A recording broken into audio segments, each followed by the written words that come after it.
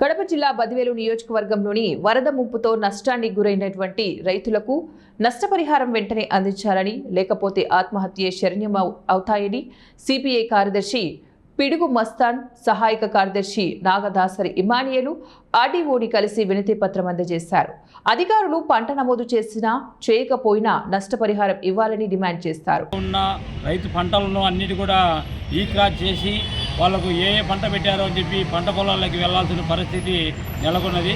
కానీ ఏ ఒక్క ఏవో గారు కూడా పూర్తి స్థాయిలో పంట నమోదు కార్యక్రమం చేయకపోవడం వలన ఈరోజు రాష్ట్ర ప్రభుత్వం ఈ క్రాస్ చేసిన వాళ్ళకే అమౌంట్ ఇస్తాము, లేకపోతే మిగతా వాళ్ళకి ఇవ్వడం లేదు అని చెప్పడం జరుగుతుంది.